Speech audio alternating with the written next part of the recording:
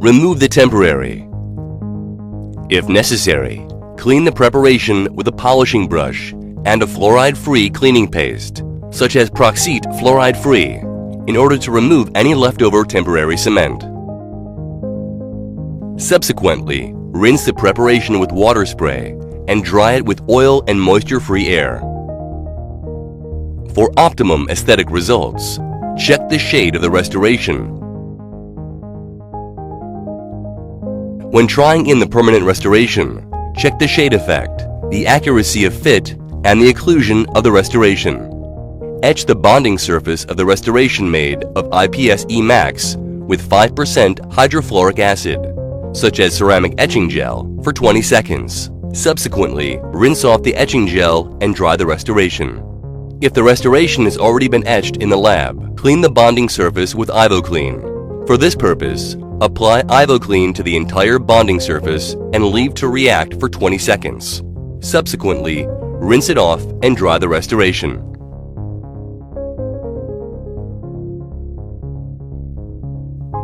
Apply the Monobond N bonding agent to the pre-treated surfaces with a brush or microbrush and leave to react for 60 seconds. Subsequently, disperse excess material with a strong stream of air. Prepare and clean the preparation again with a polishing brush and a fluoride-free cleaning paste, such as Proxite fluoride-free.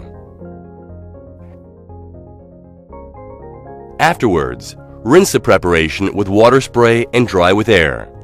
Avoid over-drying of the preparation. Apply the mixed Multilink N primer onto the entire bonding surface using a microbrush and scrub it for 30 seconds. Start with the enameled surface.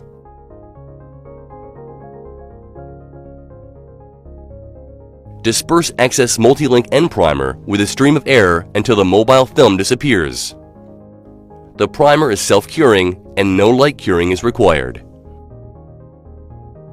Dispense the desired amount of Multilink N from the auto-mix syringe and apply it directly to the restoration. Seat the restoration and hold it in place using light, constant pressure. Light cure excess cement with a polymerization light, such as Blue Phase N in high power mode, for 1 to 2 seconds per quarter segment using a light intensity of 1200 milliwatt per square centimeter. Please note that the distance between the light probe and the restoration must not exceed 10 millimeters. You can now easily remove the gel-like excess using an implant scaler or dental floss for the proximal areas.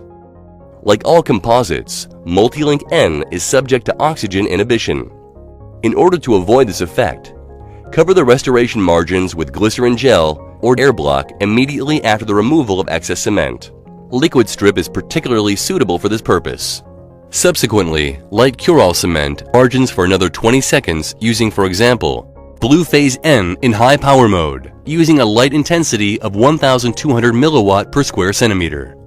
If you have used impervious opaque restorative materials, wait for approximately 5 minutes until Multilink N is cured.